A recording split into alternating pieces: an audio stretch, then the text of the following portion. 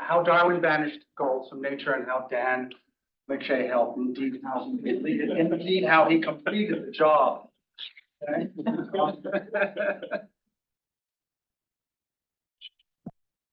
Which way does it go? Do I have to point that way? This is the endemic disease of slides that the speaker arrives in. That's it. Great. So Darwin's universal acid, term coined by the late great Dan Dennett. Darwin's theory is universal acid. It eats through everything, about every traditional concept. It's a universal solvent capable of cutting right to the heart of everything in sight. The question is, what does it leave behind? That is a watchword, I think, that all of us Darwinians should cleave to. Take anything you like that reflects what looks like the economy of ends to means. Okay, whether it's in the human domain or the infrahuman domain. Okay, anything that shows creativity, ingenuity, wisdom, forethought, design, clever execution, anything that seems as though it cries out for Aristotle's fourth cause. Okay, to explain. Everything that looks goal-directed will turn out to be just another example of a long and boring process that has none of these features. And it's the long and boring process that Charles Darwin discovered, and that when Thomas Huxley closed The Origin of Species, caused him to hit his head and say, "Why didn't I think of that? I'm so stupid." Okay. And what Dan Dennett plucked from 125 years of consideration and interpretation of Darwin's theory are three really essential features of the process that he discovered. First, that it's an algorithm, right? It's a probabilistic algorithm, but it's an algorithm. And second, right, that it's substrate neutral. It operates at many different levels and on many different kinds of systems, and I use that word loosely. And third, that it's completely mindless. That is somewhat redundant, given that we already know that algorithms are mindless. But its mindlessness is crucial to the way in which it upsets the apple cart of traditional views about nature and our place in it, biological nature and our place in it. If we go back to the beginning of the 17th century to Descartes, he was the first to argue for the banishment of final causes from nature. And it was Newton that actually finished the job, helping himself to some Descartes and even more of Galileo, but putting the package together in a way that produced the physicalist world picture. Okay, and it was Spinoza, operating at roughly the same time, who grasped the essence of the problem of final causation, that it reverses the order of nature. Okay, and it makes the effect the cause. Right. Then came 150 years later the egregious Immanuel Kant, of whose erroneous views, perhaps the most egregious for our purposes, was his well-known claim that there will never be a Newton for the blade. It was 20 years after Kant made this claim that the Newton for the blade of grass was born in Shropshire, England, on the very day that Abraham Lincoln was born, who 1,000 years from now will be more. And Darwin, of course, banishes all final causes from the realm of biology. Okay, the explanation for the illusion, I use that word advisedly, of purpose or design as the result of purely causal processes has the feature that it starts with 0 adaptations, just the churn of macromolecules in accordance with the second law of thermodynamics, okay, is driven by that second law, probabilistic entropy increase, okay. All apparent organization is built by the expenditure of more order than the order which it produces, okay, of which human and metazoan and sexual reproduction are among the prime examples. And it builds structures algorithmically in a time-symmetrical process. The fundamental laws of physics are all time asymmetrical. Evolutionary processes are asymmetrical. Fundamental laws are symmetrical. Evolutionary processes are asymmetrical. The only physical law that is asymmetrical is the second law of thermodynamics, and that's the one that drives evolution. Okay, and as Lewontin recognized, the process that Darwin discovered requires only 3 things: variation, heritable traits, reproduction, and fitness differences. And the key idea is that the variation is random or blind, okay? That it is unaffected by need, benefit, or adaptation, or need, benefit, or advantage, okay? And the metaphor of selection is a seriously misleading one, because the process that Darwin discovered is an entirely passive process, whereas the word selection has active intervening in nature suggestions, and the better term would have been filtration, blind variation and evolution and environmental filtration.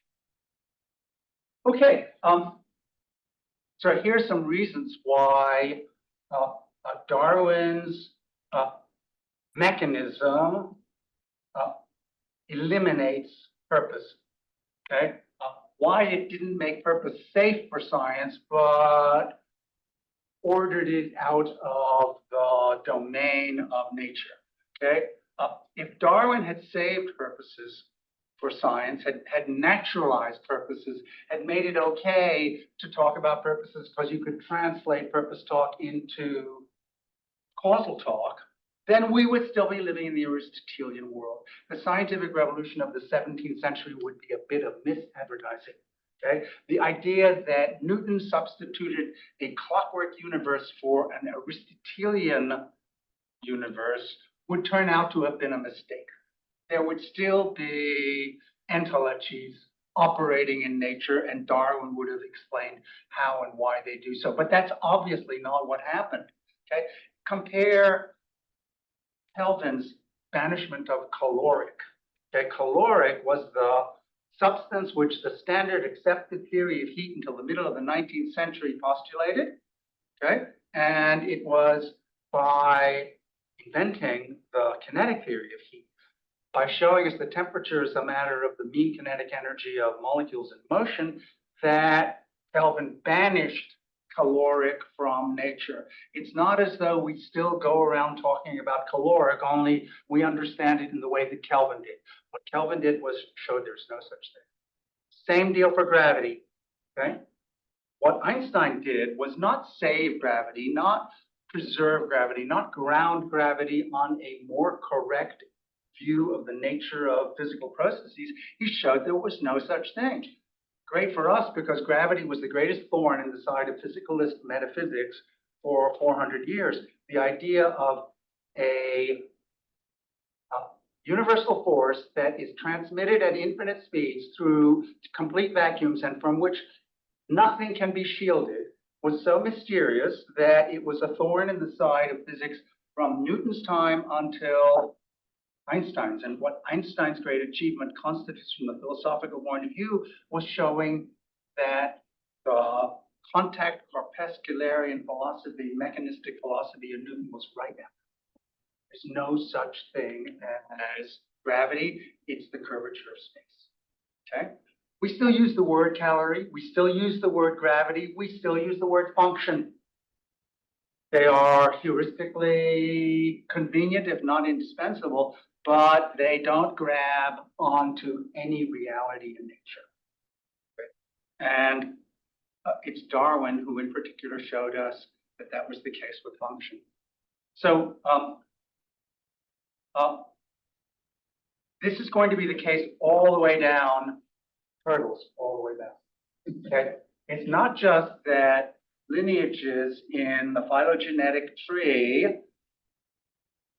follow a trajectory that is determined by the process of blind variation and natural selection. It's also all the components, all the individual organisms in those lineages, in all of their behavior. Any behavior that looks like it's purposive in organisms is just another iteration of that same mechanism. And Dan, of course, has given us a couple of nice examples in some of his works that enable us to see. You think about the way the developmental program of the fertilized ovum of the embryo operates through morphogenic fields, expression, and the expression of developmental genes at various stages in the process of the development of, say, the fruit fly. And read that magnificent book, The Making of the Fly, and its successor works by Sean Carroll, the biological Sean Carroll, not the physics Sean Carroll. Okay, you'll see the vindication of this conception that Darwin offered us of how the appearance of teleology, of purpose, of goal, is traded in for the reality of just matter in motion, right? And of course, when it comes to the building of neural architecture, we have in Edelman's neural Darwinism another illustration of the universality of the same process, and even in our own cognitive processes, which look to us internally, introspectively, as though they are the essence of teleology. Okay, a better understanding of them will show that they turn out to be just more examples of the Darwinian process of tinkering, of blind variation and filtration in thought that produces behavior and that is itself selected for by its feedbacks. And here, the figures who first thought of what apparently looks like teleological processes in cognition as being more examples of Darwinian blind variation and filtration. There's Popper, of course, but even more influential than Popper among empirical scientists, Donald T. Campbell. Okay, we will get to I'm terrified. I'm not in a hurry. So, can we have our cake and eat it too? You know, can we accept Darwin's account of the appearance of process and still treat processes as somehow real? Compatibilists will always be with us, whether it's in the free will debate, right? Trying to find a way of having your cake and eat it too. The world is entirely determined, and yet we have free will. Okay, compatibilists. I mean, even David Hume, the sainted David Hume, who almost never made a mistake, by contrast with Immanuel Kant. Okay, he made a mistake in thinking that he could reconcile determinism and free will. But I think Mr. Gunner, you wanted to invite us. Yeah, well, I'm trying to tread on some toes here. You do it. So, and the same goes for the desire to maintain irreducible psychological processes in a purely physical realm. The physicalist anti-reductionist is trying to do the same thing, have their cake and eat it too. But the eliminativists and the teleological semanticists pretty much, I think, have shown that they can't have their cake and eat it.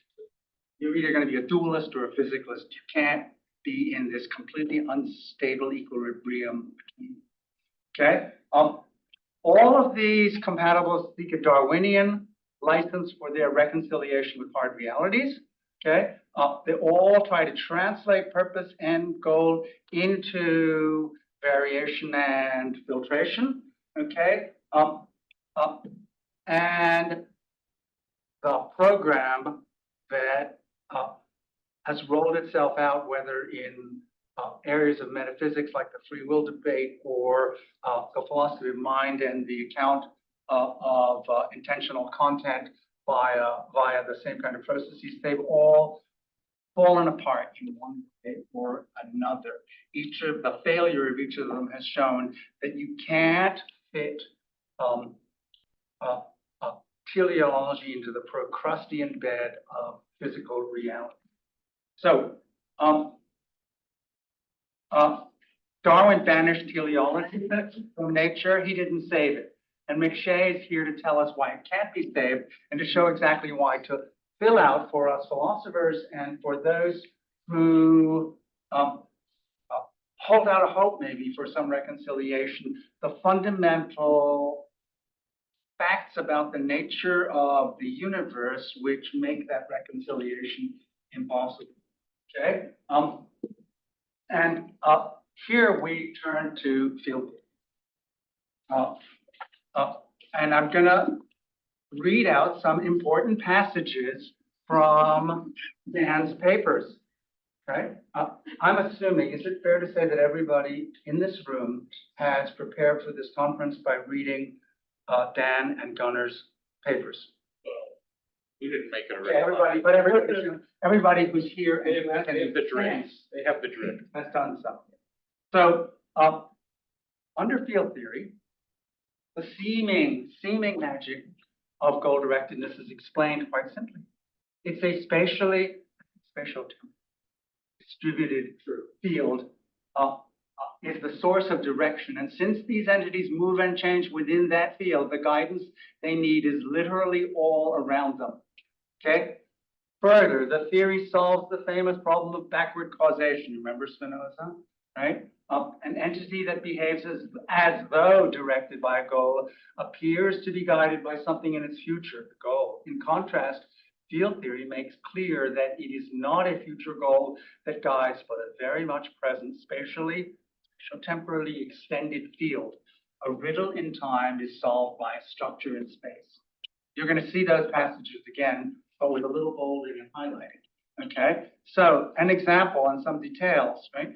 The first and most powerful example that shows the way in which Dan's conception does Darwin's work is the recognition that the ball in the bowl, you all know about the ball in the bowl, I assume, right? All the way back to Sommerfeld and Nagel and Braithwaite, okay? The ball in the bowl is an FT system, okay? A system that looks like it evinces goal direction because it shows the two P's, persistence and plasticity, okay? Right? It's a minimally goal-directed system owing to its extreme simplicity. Okay, Newton put us in a position where we could explain and predict the entire trajectory of the ball in the bowl, knowing only its position and momentum at time 0 and the shape of the bowl in which it is moving. And all the way from the simplest case of the ball in the bowl to the universe and the massive celestial objects in it, we have the operation of exactly the same process.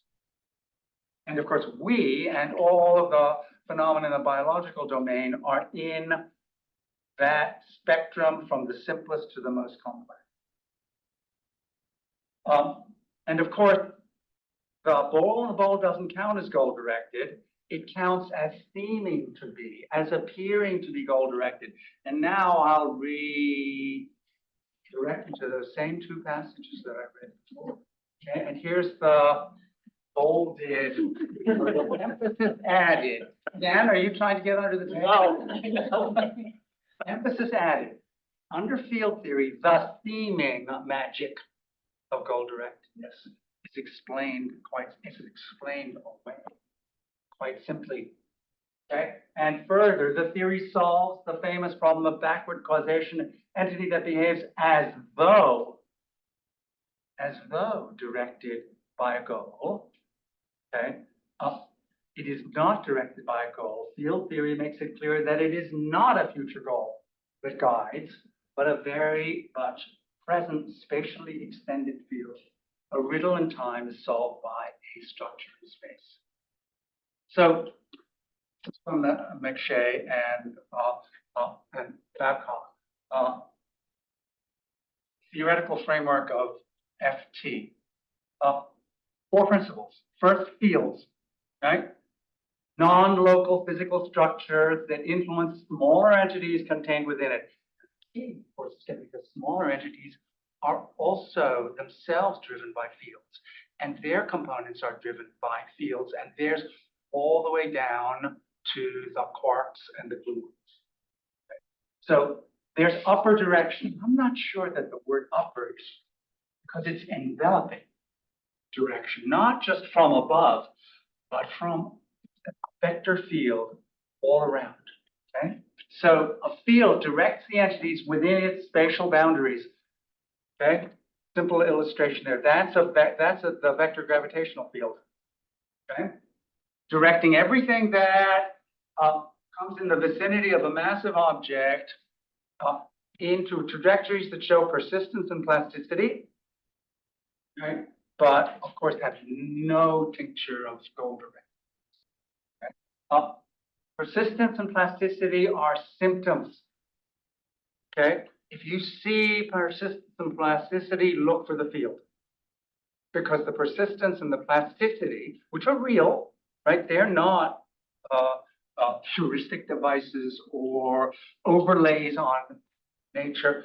There are good empirical ways in which you can establish persistence and plasticity. And if you doubt me, there's another wonderful paper by Dan on this very subject. Is it written with Gunnar too? Yes, a paper by Dan and Gunnar on this very subject in, was it Science? It's in a non-philosophical journal, and I strongly recommend it to you. Persistence and plasticity are symptoms, and they are the observable symptoms which operationally we can use in order to find our way to the fields that govern the behavior of systems. Okay, the direction, the trajectory of every apparently goal-directed system in the universe, that trajectory is given externally, not internally, not by some entelechy or some target or some representation of where it wants to be at the end of a process. It's all coming from outside. Okay? Direction of the entity arises from the field, which is spatially larger and envelops the smaller entity. And that smaller entity itself has the same effect on its components, and they on their components, and so on all the way down. Okay? Ecological fields, now we get to biology. Ecological fields are, as Dan rightly points out, physical fields. Okay? It's just more FT, it's just more higher forces in operation. Physically, non-locally, and multiply realizable. Okay? The relevant dimensions of an ecological field are enormous compared to a gravitational field. Gravitational field just X, Y, Z, T. Right? Ecological field is a Hilbert space with as many dimensions as there are factors relevant to the growth, flourishing, extinction of biological processes and the packages that deliver these biological processes. So gravity directs entities only in a three-dimensional space, okay? An ecological field can direct a species in every dimension in which that species interacts with its environment, including every dimension of biology, physiology, and behavior. Okay, so it's fields all the way down, okay? All purposeful looking behavior is accounted for by fields. When an entity seeks an end, quote unquote, it's because there's an external field directing it, okay? It's large, it's immersive.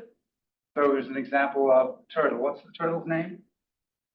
Larry. That's from another conference. that just ended yesterday. Okay. No matter where the turtle starts, no matter where it wanders, the field is there to direct it to the right trajectory. That's why the wandering of the turtle shows persistence and plasticity, because it's the field that's making its trajectory persistent and plastic. Okay? And the same thing goes on at the level of the macromolecule. You know, the synthesis, the semi-conservative replication of nucleic acid sequences is just another example of the same field process in operation. Okay?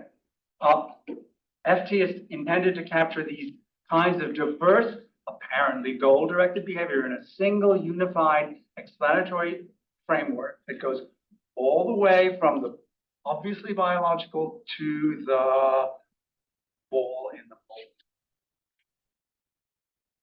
It removes the temptation to adopt the language of goal-directedness. That's another quote from McShay. I'm not sure if Gunnar is whether we can burden Gunnar with this statement too. Plasticity and Dan resolved the ones that you're citing. are mere symptoms of, quote, apparent goal-directedness. Again, those are quotes from Dan. So here's another passage. Upper direction offers a way to talk about persistence and plasticity that removes the temptation to adopt the language of goal-directedness, whether used literally or metaphorically. And I don't have to belabor this by reading the rest of the quote. We'll come back to it if you want. Okay, so does this approach, this field theory approach, have any particular trouble with function? It might on the surface of it, because McShay says goal-directedness is understood as a process, and function is an outcome of that process. Okay? If natural selection produces a trend towards flight, that's a process, and such a process is a candidate for goal-directedness. In contrast, the wing that the process generates, wing is a functional individuation. Okay? The wing that the process generates is an outcome, and it is functional. Well, now, if we apply what McShay has said elsewhere about goal-directedness, it immediately follows that since there is no goal-directedness, right, there's no outcome of goal-directedness, and so no structures with function.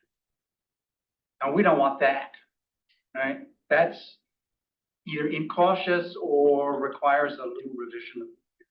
Okay, but I don't think much. To save structures with functions, we simply have to deny that they are the products of goal-directed processes. Since there aren't any goal-directed processes, it's easy to do that, okay? The function of a structure will be the persistent and plastic trait in an ecological field, shaped by that field in a Darwinian process, in a process understood by the mechanism that Dan has. That is slimy. It's not. In fact, it's the only way that we're going to save function and I know. to keep function out of the trash can, to which we have to throw all those other teleological. Okay, so recall McShay on ecologies as fields. Okay, an ecological field can direct a species in every dimension in which the species interacts with its environment, including every dimension of morphology, physiology, and behavior. A lineage is directed persistently and plastically towards adaptation driven by an ecological field. So too for the traits of the members of that, driven by the ecological field towards adaptation. So we save functions even as we trash everything else from the language of teleology. Okay. So in 1790, the egregious Immanuel Kant said there will never be a Newton for the blade of grass. Actually, what he said, I looked it up, right? Because I've been throwing this passage at Kant's face at least for the last 40 years myself, right? What he actually said was it is unreasonable for people to hope that one day a Newton will arise who will make even the production of a blade of grass understandable according to natural laws. The natural laws, which he thought were logically necessary, universal, and inscribed in our cognitive processes. Okay? Dan McShay has finally shown us that's exactly how the Newton of the blade of grass did it. Okay, he showed that that the blade of grass and its behavior is fully and completely subsumable under the laws of physics. Like in everything else, comes.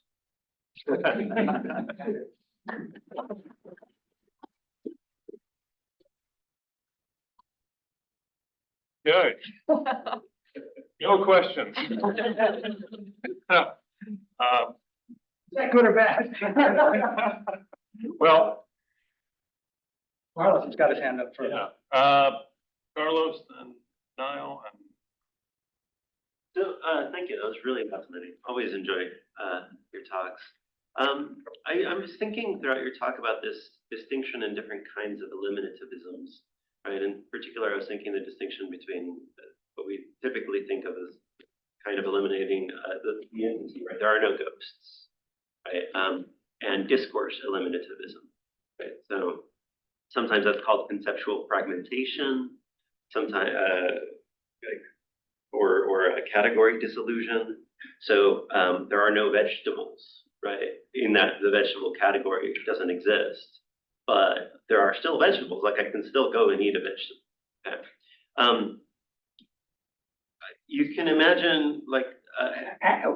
I'm getting there for the moment, but right away, there are problems that philosophers of language have addressed about how we use terms attributive and referentially, right? Who was that woman I saw you with? Right. Referring to a man. Right. Okay. Interesting. Because I like some of the examples you gave of eliminativism. I think were gearing us toward more of a ghost sort of real, right? If the caloric, if we had just gotten rid of calories and come up with a new name and we just talked about it, it would have been fine. Society would have changed. We would have just the caloric would have been something like the phlogiston, would have just gone away. Similarly, maybe with mass and gravity, although they're probably more culturally embedded, it would have been hard to come up with new terms when Einstein proposes his theory of gravity. And so I'm wondering if your reading of Dan, I mean, if there's daylight between Dan's interpretation of Dan and your interpretation of Dan. I could read this both ways, so it'd be interesting to see the back and forth there. Whether we're getting rid of teleology just as a unifying concept, but we can still talk about goals because it's just a façon de parler, whatever. Or whether if we just got rid of the word teleology tomorrow and accepted field theory, nobody would ever miss it. Does that sort of make sense? So my view is there's no difference between those two positions. It's just like the Darwinian can talk about design stance and adaptational problems, right? Without committing themselves in any way to the watchmaking, right? There's further philosophical machinery that could be adduced in favor of denying that there's a distinction between the formal and the material. And they're all due to Quine, who was one of the great Orthodox Darwinians, right? There's no logical distinction between treating it as facile and absolute denying that it grabs onto referentially grabs onto nature. I don't know. I saw 3 hands go up. I'm not sure whose was first, but I was last. Saving myself. Good, please. I want to jump first. Niall, go. Thank you. That was fun. I was just wondering, could you Just fun, not the I do more than that? Just had fun. I was just wondering if you could reiterate what it is that Darwin banished. What is the real purpose or the real teleology, as opposed to a goal? So it's actually not easy to say, because if you go back and read Aristotle, you're a scholar and you try to pin down exactly what entelechies are, or exactly what Leibniz thought they were, or anyone else, including the scholastics of the 13th century, it's extremely difficult to identify a mechanism, a litmus test for them, a way of deciding. And that's, of course, perhaps the initial problem that got philosophers disturbed about teleological explanation, right? It is empirically recalcitrant, right? It's hard to conceive of tests or experiments or observations that would decide either favorably or unfavorably to hypotheses expressed in that language, right? And that's the first tip-off that there's trouble, okay? And it's not going, the scales are not going to tip against it because of the naturalness for humans of thinking that way, owing to their own anthropomorphizing of nature, until someone comes along with a better theory. 1850.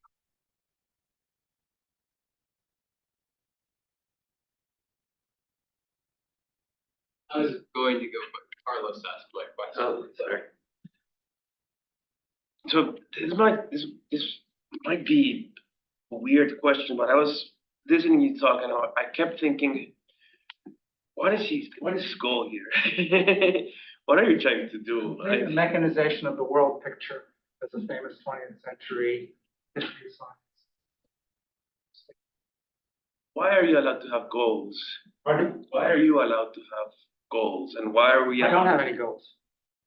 You just said. Well, I said it, but it's obviously not true because there aren't any. I also happen to be an eliminative materialist. You know, I really take this theory and go all the way to the basement. Okay, I talk, unfortunately, and we all talk an anthropomorphic language that involves commitment to teleology. Okay, and it's not merely inconvenient for me to translate it. I can't because I've been selected for talking that way. Just as you and I have been selected for thinking that this desk is colored and solid and smooth, when it's none of those things, it's invisible, colorless, empty space. Does that help? Satisfy me, but it gives me a lot of food for thought, and I might come back to this later. So one of the classic objections against eliminativism about intentionality and cognitive content is your claim is self-refuting. You believe that there are no beliefs. You desire me to share your belief that there are no beliefs, but desires and beliefs are essentially representations that have cognitive content. Therefore, you the eliminatives, refute yourself out of your own mouth. Okay? That's a classic objection to eliminativism, and I recognize that the eliminativist has to address that. It's even more difficult for the eliminativist to address it than for me to address your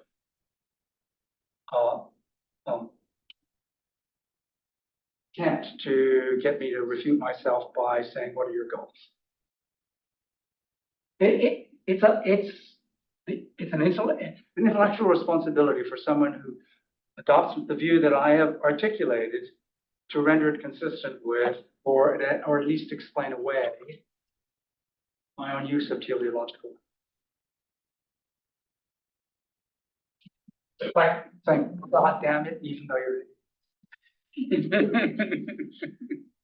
So, start by reiterating one of the earlier comments and thanking you for a fun talk. True. Still making up my mind. I am still. Ask Dan McShay if it's true. Well, I've been waiting a long time to hear one of your presentations in person, and I was not disappointed. Yeah, I'm not convinced that the argument against eliminativism has been adequately addressed. I mean, I think the point that you're relying on representational states to make these claims in a way that you have not appropriately grounded in the worldview you're trying to offer. I think that point still stands. I'm decidedly not an eliminativist about mind. I consider myself a secular naturalist, probably a materialist. I'm sure it can be explained in terms of natural laws. I'm not sure that we've figured out what those laws are. And I'm totally open to the possibility that consciousness is an irreducible and inherent first-person ontological feature of our world. And you're a physicalist? Well, I'm not convinced we have a perfectly thorough understanding of what we mean by matter to begin with. I think there are natural laws that explain consciousness, but we may not have any idea what they are, and they may not be entirely reducible to the laws of physics as we understand them, or to matter as we conceptualize it in our own subjective grasp of the world. But sure, I'm not convinced that God created consciousness, or that there isn't some kind of natural explanation such that a being could manipulate consciousness or mental states if they wanted to. But it's not clear to me that a belief is just a structure, a cognitive structure that resembles things in the world. I think it's a conscious state that has representational power as well. So to that point, I think I hear you on your last, when you're breaking down the hierarchy of things we've eliminated, your last point was, aha, and even consciousness cognitive content is nothing more than just neural activity being selected for. Yeah, sure, I mean, that's a causal ancestral explanation. That doesn't eliminate the content of a mental state. I mean, can't intent still be a real thing? Intent is a mental phenomenon.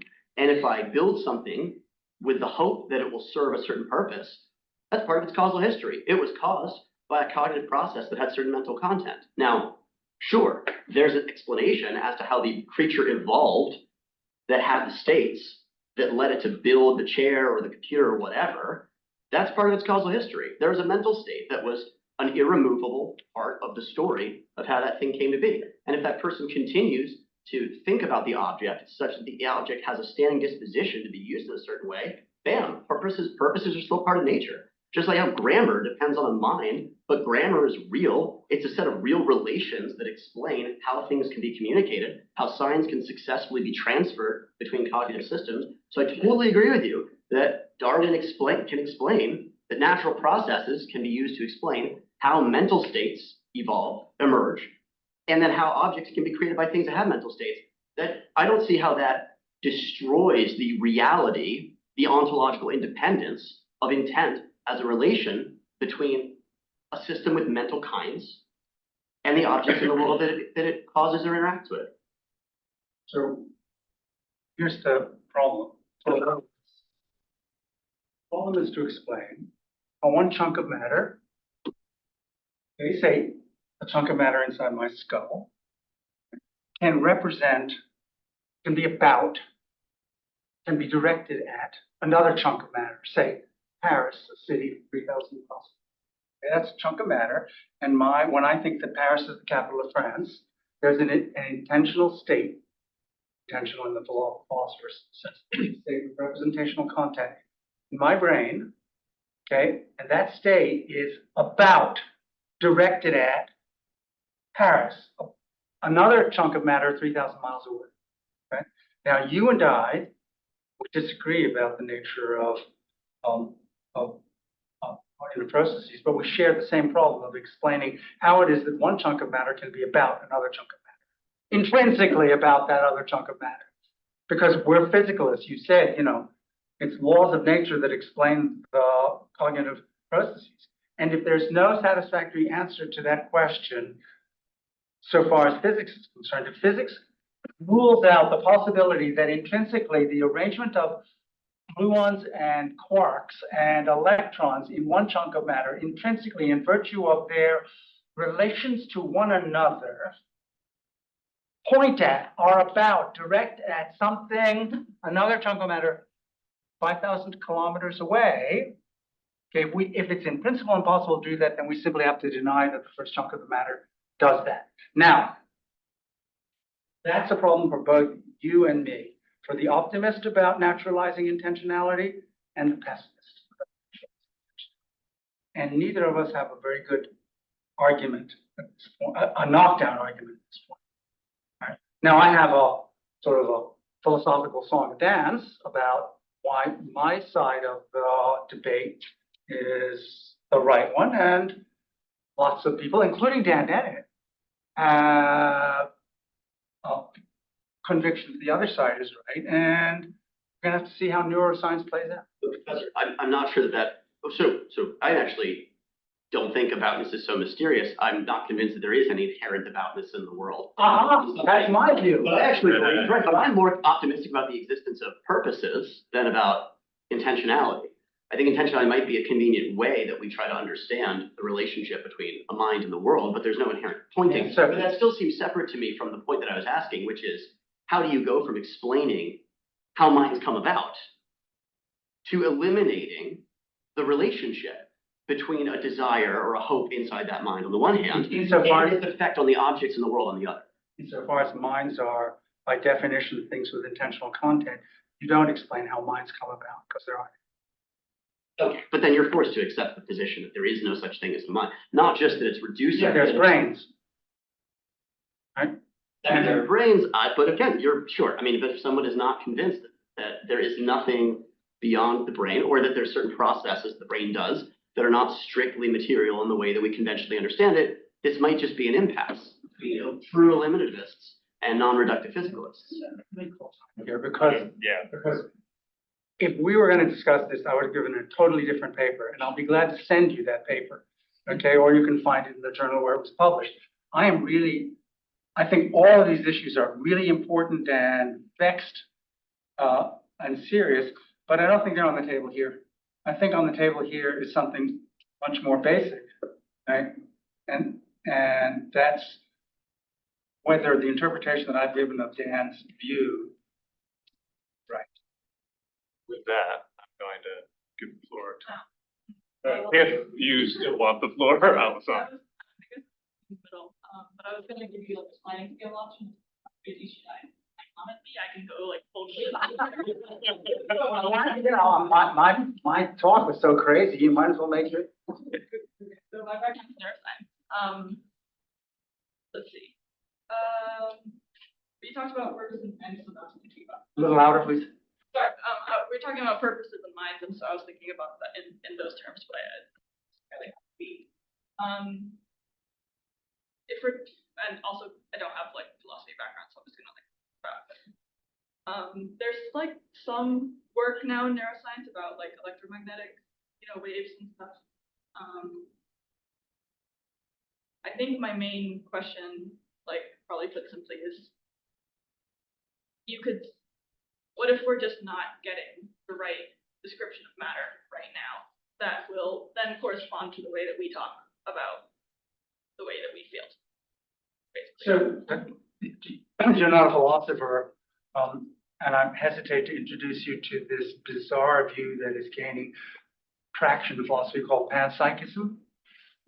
Panpsychism is the claim that it's intentional content all the way down. Yeah, no. Right? And that would be an example of how the neurosciences get it totally wrong, and they're barking up a tree that doesn't even exist. Okay, because McFadden? Yeah. Say again? But McFadden's not the only one. And the reason I'm saying this is because I analyze intracranial data, and you sort of have to start thinking like that, pulling together data like subjective experience, subjective report.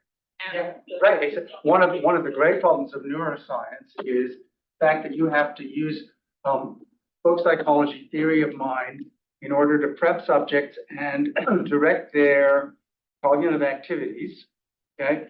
And the theory that you actually employ to understand what's going on in the cranium is entirely free of all of that, right? And so there's this serious disconnect between the conceptual apparatus that we use to work with subjects and the conceptual apparatus that we use to work with computers.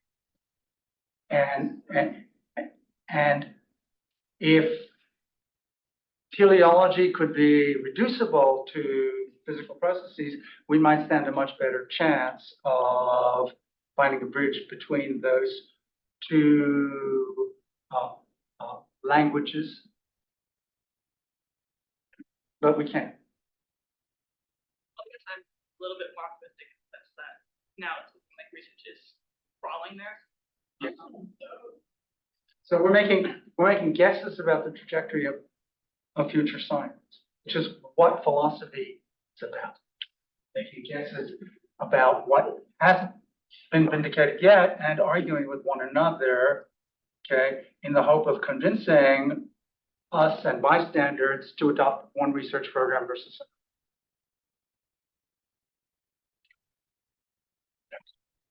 Great talk, Alex.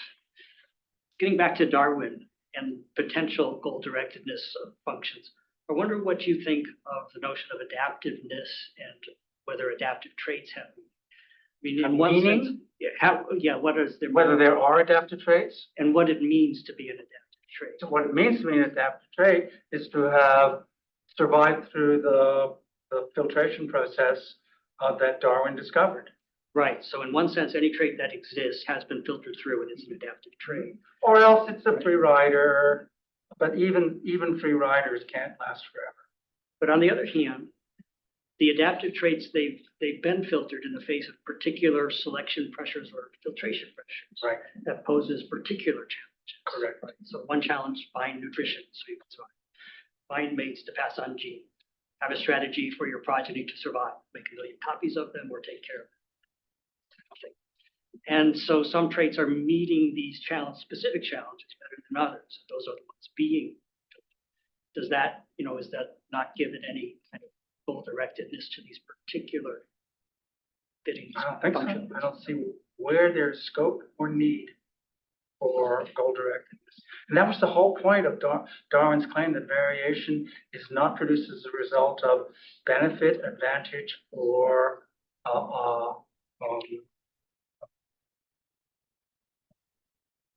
benefit, advantage, or need. Right, but as you say, there are adaptive traits and there are incidental traits, right? I think Stephen Jay Gould might have said, was it Spandrels that he used for that concept of incidental? So there are some traits that really are meeting some function. Don't call it a goal, but a function, and others which are not. How do we make this distinction meaningful? So here's the thing. The language of function is an overlay on nature that we employ. We use a taxonomy of functional kinds, okay, as a matter of convenience. Take the wing, okay? What is it about all wings, in virtue of which we call them wings? Okay, well, they all look like they enable the organism or system that has them to fly. But when you think about the 40 different times that the wing evolved in phylogeny, right? And the vast range of alternative means of locomotion, which are, graduated scale, all of them have emerged, right? As a result of this process, and in each of their particular environments have been packaged together with other traits of the organism, okay? And the organism is not divided up, not taxonomized into the language of functions that we employ, okay? The organism is if we try to taxonomize organisms in some way that didn't reflect our interests and our perspective, we probably have to go down to the level of macromolecules and their adaptation for pH and for temperature and for gravitational and magnetic field and stuff like that, which would no longer have any interest to us as biologists. So the concept of function, what is the function of the giraffe's neck? Well, we all say it's because it reaches the tasty leaves at the top of the eucalyptus tree, okay? But what is the schedule of causal forces which produce that long neck? Well, it's probably a list of causal forces that we could never complete, all of them competing and cooperating with one another to produce this particular physiological trait that we say is the neck and is there because it reaches the good leaves. That's not why it's there, okay? And there's nothing written in the book of nature that this is a neck as opposed to the top of the shoulders or something like that. Dividing up nature the way we do into functional terms reflects our interests, okay? And of course, we can attach that to the Darwinian selected effects theory to help us understand how these traits emerged.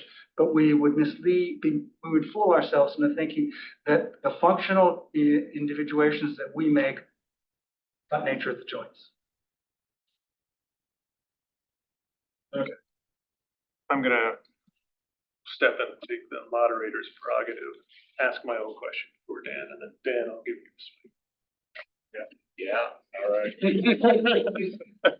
I'm not leaving, I'm just getting cold. Darn right. Yeah, I've been fiddling with the thermometer. Really quick. Would everyone else like the temperature up a bit? Okay, it should be going up. Lindsay or Mary, would one of you take this key and mess with it and see what you can do? Okay, so here's my question. My question is, so of course, one option that we would have on the table would be to take something more of Dennett's position. Say we're taking a teleological stance, an intentional stance, and I know that you have reasons why you prefer the eliminativist option, and I think we would both lean on the Dennett side of the equation there. However, well, I won't speak for Dan. Yeah. And I'm not. It's tricky. Yeah. However, I do think, and I wonder so I know the Cartwrightian, you've read a draft of paper that I have. View of laws of nature and kind of taking the dispositional or the powers approach to thinking about how science works. Whether or not you see that as another viable option to retain some sort of notion of purpose or teleology by taking that view instead of taking a hardline view of laws of nature, like what you'd get from somebody like Maudlin or something like that. So I think. So if that's logically, and I realize that would be the antithesis of the position that you take on many of these things. But I wonder what your view is, whether or not there would be kind of a logical pathway available to us if one wanted to use the field theoretic framework and remain consistent. So I think there's a range of views or options on the table about, on the one hand, the nature of scientific theorizing, and on the other hand, the nature of the physical, of the world, of the universe, right? And on that view, on that spectrum, there are people, I don't know whether left or right, or right? There are hardliners, hardline empiricists, and there are quasi-rationalists. Okay, and the debate about whether at the basement level is strict laws of nature as opposed to dispositions, which are the fundamental explainers in science, okay, and that we should commit ourselves to one range of entities as the basement level as opposed to another. That view is an interesting debate on which I have a position, but I think that's entirely orthogonal to the question on the table here about the reality of teleology or the tenability of what Dennett might have called an optimistic reconciliation and what I think of as a pessimistic repudiation. So I don't see those as in competition. You can certainly be an exponent like Cartwright or Dupre or others of a dappled world in which the basic explanatory items are dispositions, probabilistic dispositions, as a matter of fact, as opposed to I think of say, Mark Lang, a good example of a philosopher who thinks that there are these real regularities in nature, counterfactual supporting, and or even Maudlin, who thinks that there are laws of nature that are out there in a way that Hume would find completely unsupportable. And you could still be an eliminativist or a reconciliationist about it.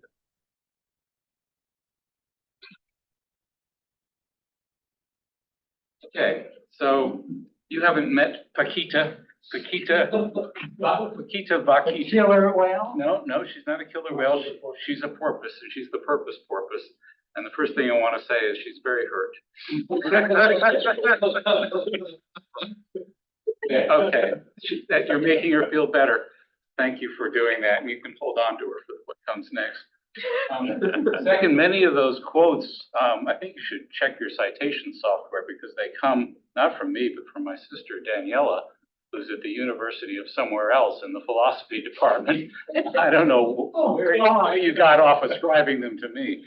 And then the third thing I want to lead into by recalling a James Bond movie, which all of you have seen it's in all the James Bond movies, where he confronts the villain in the villain's lair, and says, Mr. Goldfinger or whoever it is, No. what's the big plan here? What's your grand scheme? And the villain says, I will tell you, Mr. Bond, but that's only because you're going to die. And then he throws a switch, and the metal screens come down over the windows, and the doors bolt, and you're never leaving this room again. Here is the switch, right? And I'm going to answer Alex's question, and it's only because none of you are leaving here. Question Alex posed was about eliminativism, eliminating goal-directedness, and I'm unwilling to do it because I want the language. I want the language of goal-directedness. I want to be able to talk to scientists, philosophers, neuroscientists, the people on the street about something they give a damn about. And if I come along saying I'm eliminating goal-directedness, they're going to shut me out. They've already shut out Sapolsky for eliminating free will. And I have lots of complaints about Sapolsky, but it's a tactical disaster to go about it that way, is my view.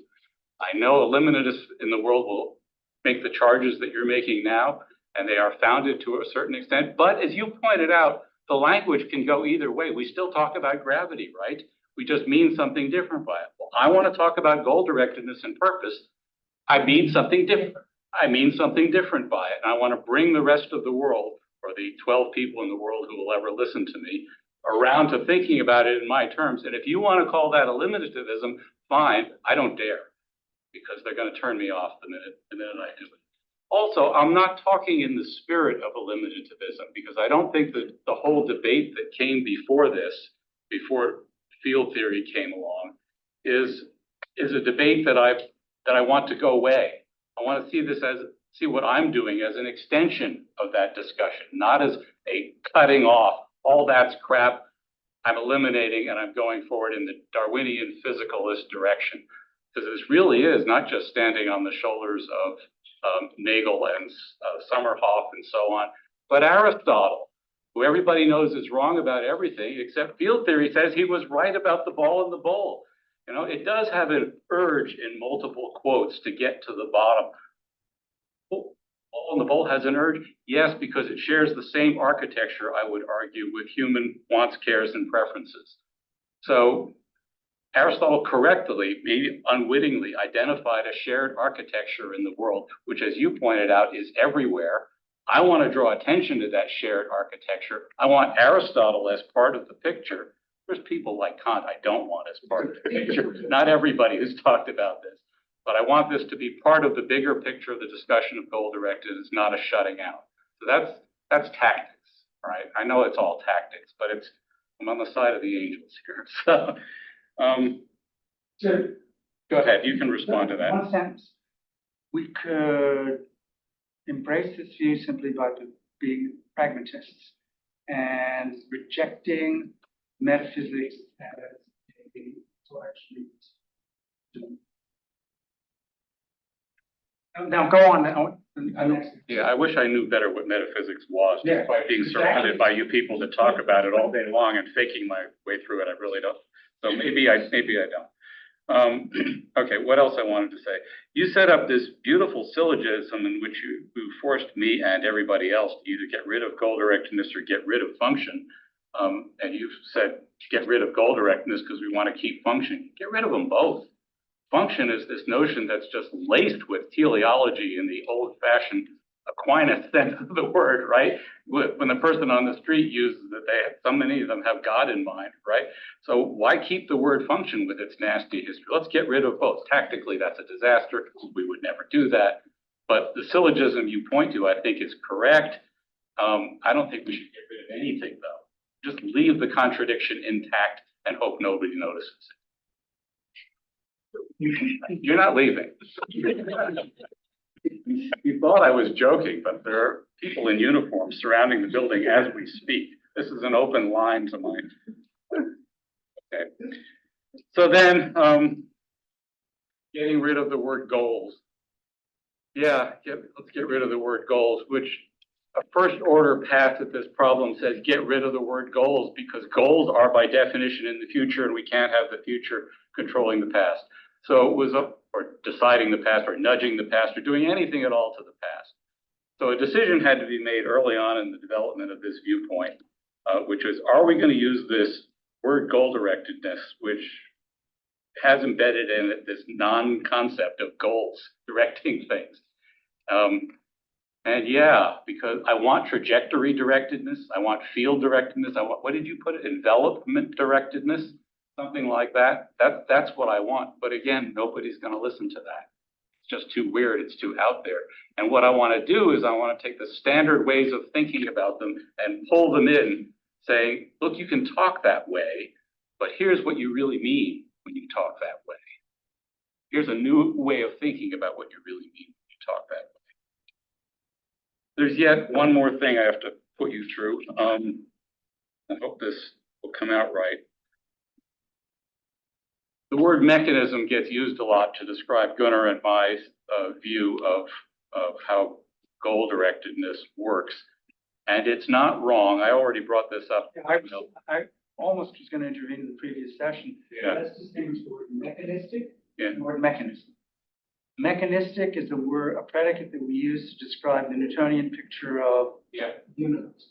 Mechanism is a word more closely associated with a Jim Woodwardian picture of a system and its component parts and how they work together, like the gears in a watch. Okay, so it's the second one. Yes, second one. Except the problem is that second one, when it's burdened with the word mechanism, is always invoking billiard balls bumping into each other and dominoes bumping into each other and one gear turning us. Objects of the same scale interacting with each other directly. And this comes out of hierarchy theory, which says, no, there's another thing in the world. There's downward causation, which I didn't use because I don't want that debate. There's upper direction, which I did pick because nobody knows what the hell that means. So Jay can mean anything he wants by it, sure. But it's essentially downward causation. It's hierarchical causation. And I don't want all this to be swept aside by somebody saying, oh, another reductionist, forgive me, but that will be the Downward causation is anti-reduction. Yes, but I don't want to get into that debate. And I don't want to be labeled as a reductionist. I don't want to be labeled as a mechanist because it means the wrong thing to too many people. The centerpiece of this is hierarchy. That's the kind of causation that everybody, including me, has trouble thinking about. And that's what I want to bring to the table and say, look, there's a new way to think about causation. It's not spooky, it's physical. We've been thinking this way in the following context, like the turtle finding its navel beak. We've been thinking about this kind of thing forever. I'm just bringing it to this new problem. It's showing you all the things it can do. So I want to keep hierarchy, which means, I have to suck it up and get rid of mechanism and mechanistic thinking and reductionism and all this stuff that I don't want to argue about. I just have to put it aside or swallow it, depending on how you look at it. I'm with you on that. Figured you would be. Yeah, there's not a lot of space between us. Again, you're not leaving on most things except on tactics, but I take the tactics very seriously. So one other thing to say, and this is changing the subject, but you got into a discussion about aboutness. I do have a story to tell about aboutness. It has to do with meaning, the thing I don't really have a theory of. I'm brushing up against it now, and I'll brush up against it in what comes now. It's what this meeting is all about. I want to know what meaning is. It has to do with aboutness. Here's how aboutness could work. You've got a little neural circuit somewhere in your brain, and it's doing Paris, right? It's your image of Paris, the experience of Paris, and it's only in your brain. It's not 3,000 miles away. The neural circuit in your brain, it's active now. There's an attention, not intention, but attention field that's greater than this little neural circuit, and this field consists of a bigger neural circuit with the little Paris thing embedded in it. Aboutness and meaning in this context becomes the relationship between the big thing and the little thing. My attention to Paris, my affective field that's generating attention, acting on the Paris neural circuit, that's what aboutness is. That's what it means for my thinking to be about Paris. That's what it means for Paris to mean something to me. It's embedded in this larger attention. And if you asked me to unpack that, I'd go, I don't really know how to do that. Has devoted itself to unpacking it, of which the greatest example is our late great colleague, Karen Neal. Pursued a research program, teleosemantics. Yes, right. Exactly that character. Okay, well, And Walter, of course, knows a great deal about it. okay, I'll well, contribute to. I'm glad you're here. We need to talk more. Sure. Okay, I need to read Karen again. Okay. Anyway, that's my comeback. So I have to say, part of me is very relieved to hear that. It makes me feel like I wasn't barking up the wrong tree, and that this approach, which I've been wrestling with 10 years since you first gave paper on this to the Philosophy of Biology reading group, okay, is at least on the right track. And I completely sympathize as our little, wait, I'm sorry, your name? Jonathan. As Jonathan and I, and my brief interaction indicated, the difficulty of getting eliminativism a hearing is great, and it's probably not worth, the game is not worth the candle either. Outside of a very hard-boiled metaphysical debate, the metaphysics room, as a very important philosopher, Peter Van Inwell, identifying. And outside of it, right, in science, in the public sphere, your view ought to be the ruling one. So I think we can open up the doors and tell the guards to leave, because we all agree that we have to, as Berkeley said, think with the learned and speak with the vulgar. Okay. Yeah. Except I don't think of them as the vulgar, but all right. I know. Berkeley used the word was the 18th century, Yeah. right? And he was using in the sense in which in French today we have the expression vulgarisation. It simply means. Yeah. It's cognate with folk in Okay. German, which basically the same sense, but. Yeah. Because I think the folk understanding of purpose and so on is dead on. I'm giving them a different language in which to say it, in which to talk about it. Well, one they're not going to jump onto and love. But I think it's right. I think that your impression that mind is real, I think is right. We have to change, given Alex's, the way we talk about it. And some people may disagree. Sounds like your goal and the tension for you is that you want to find a way, as many of us are motivated to be able to preserve talk of human concepts and the terms that help us to find meaning in our lives in a practical, personal way, Yeah. without having to commit to things that are philosophically incoherent or scientific. Yeah, and yes. You also have to understand I'm the author of a book called The Atheist's Guide to Reality. And with this, wait, I'll add one final word before we go to a break, which I'll extend by 5 minutes, but, man, I don't feel like I should have the last year. Well, I mean, so the one thing that I will say is that I do think a unique contribution of Dan's theory, of field theory, is in contrast to a lot of the other attempts that try to naturalize the theory, is by pointing externally, you end up ultimately getting to something like laws of nature, as opposed to if you go the internal route, inevitably you're gonna have to end up at some sort of vitalistic end. So I think that that's the real, the key, aspect that field theory has working in its It took me favor. the longest time to understand the importance of internal, external. Thank you. And I want to thank Dan for giving me the opportunity to throw it on the table and smoke Dan out. I'll deny it out there. Call you a liar. What goes on in Sanford State?